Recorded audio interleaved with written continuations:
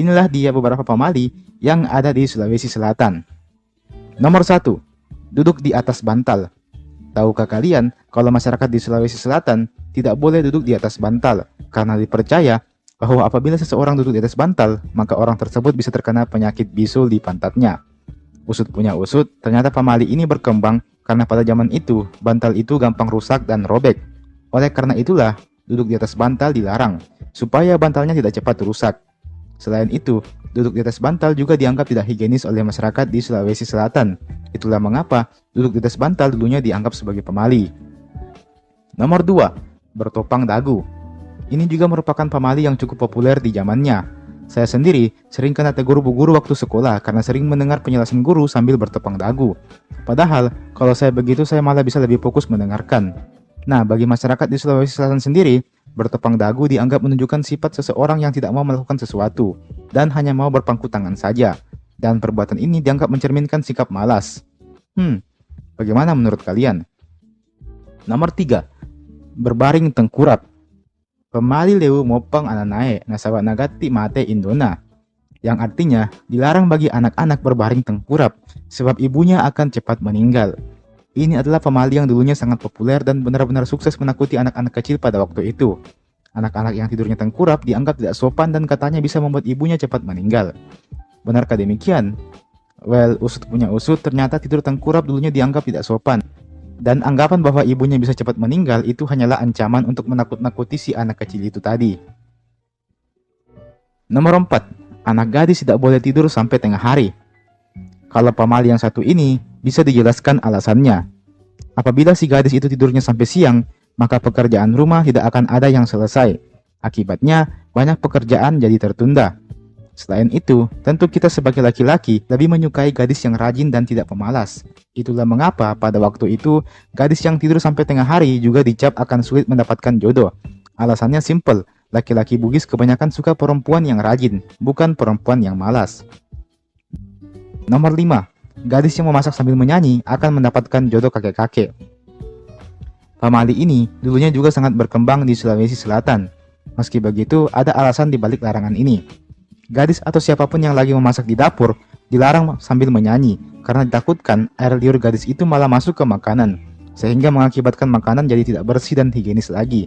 Itulah mengapa anak gadis dilarang memasak sambil menyanyi. Nomor 6. Jangan meludah saat buang hajat, nanti menimbulkan jerawat. Lah, kok bisa? Kabarnya, dulu kita dilarang meludah saat buang hajat. Namun, tentu apabila kita kaitkan dengan ilmu kedokteran, hal ini masih belum bisa kita percayai. Ya, memang apa kaitannya meludah sambil buang hajat bisa menimbulkan jerawat? Nomor 7. Menyisakan makanan. Kalau pamali yang satu ini tentu sudah kita pahami semua, karena ajaran di agama pun juga melarang kita untuk menyisakan makanan di piring kita, karena menyisakan makanan adalah tindakan yang mubazir. Ada banyak orang yang mau makan di luar sana, dan kenapa kita di sini malah buang-buang makanan? Makanan itu adalah rezeki yang harus kita syukuri dan tidak boleh kita sia-siakan. Nomor 8. Menggantung sarung di leher. Di Sulawesi Selatan, dulu katanya kita dilarang menggantung sarung kita di atas leher. Katanya, hal itu bisa mengakibatkan celaka bagi orang tersebut. Namun hal ini ternyata berasal dari zaman peperangan antar kerajaan, yang dimana pada waktu itu, menggantung sarung di leher dapat dimanfaatkan oleh musuh untuk mencekik kita. Potong kuku di malam hari. Dulunya, sempat tersebar larangan untuk memotong kuku di malam hari. Ternyata ini berasal dari keadaan pada masa itu, di mana penerangan pada malam hari hanya menggunakan lampu minyak dan juga lilin sehingga cahaya yang dihasilkan pun kurang terang, dan ditakutkan akan terluka apabila memotong kuku pada malam hari. Pada zaman itu, orang memang potong kukunya pakai pisau atau parang. Itulah mengapa potong kuku pada malam hari dilarang pada waktu itu. Nomor 10. Gadis tidak boleh duduk depan pintu, nanti jodohnya tidak datang. Kalau pamali yang satu ini lebih kepada sikap tata krama dan sopan santun saja. Si gadis dilarang duduk di depan pintu karena itu bisa menghalangi orang yang mau masuk ke dalam rumah. Adapun jodohnya tidak datang karena apabila si gadis menghalangi di depan pintu, ya gimana si laki-laki mau masuk ke dalam rumahnya?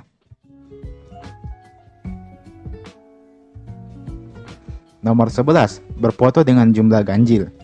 Kabarnya, apabila kita berfoto dengan jumlah ganjil seperti bertiga, berlima, dan seterusnya, akan mengakibatkan yang di tengah cepat meninggal. Benarkah demikian? Tentu ini hanyalah mitos belaka dan ini sebenarnya dimaksudkan sebagai sebuah candaan saja. Nomor 12, bersiul malam hari dapat memanggil setan. Kalau pamali yang satu ini sebenarnya dilarang karena pada waktu itu apabila waktu telah malam, maka suasana akan jadi sangat hening dan biasanya orang-orang cepat tidur kalau malam. Olehnya itu, bersiul di malam hari dilarang supaya tidak mengganggu tetangga sebelah yang sedang beristirahat.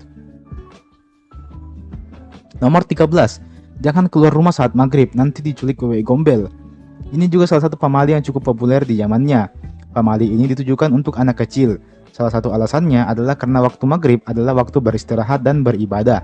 Itulah mengapa anak kecil dilarang keluar rumah saat maghrib. Selain itu, memang waktu awal-awal malam merupakan waktu di mana setan mulai berkeliaran. Dan takutnya akan mengganggu si anak kecil tadi. Sehingga sebenarnya pamali ini ada benarnya juga. Nomor 14, jangan memberi makan jantung pisang kepada anak kecil. Nanti anaknya bodoh dan nakal. Ini juga merupakan pamali yang lumayan berkembang di zamannya.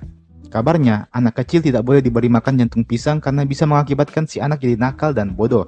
Benarkah demikian? Jujur saja, saya masih kurang tahu soal ini. Mungkin bisa teman-teman bantu menjelaskan di kolom komentar di bawah. Nomor 15, melempar garam kepada seseorang bisa membuatnya kesurupan. Ini adalah pamali yang cukup populer di masanya. Kabarnya, apabila kita melemparkan garam ke seseorang, maka orang itu akan langsung kesurupan. Benarkah demikian? Setahu saya, garam memang identik dengan pengusir hantu dan juga hewan-hewan berbahaya. Dan itu lumayan sering dipraktikkan orang-orang zaman dulu. Tapi kalau bikin orang lain kesurupan sih, ya kurang tahu juga saya. Mungkin ini ada kaitannya dengan adab dan sopan santun sih. Soalnya melempar orang dengan garam itu kesannya tidak sopan. Itulah mengapa hal ini dilarang.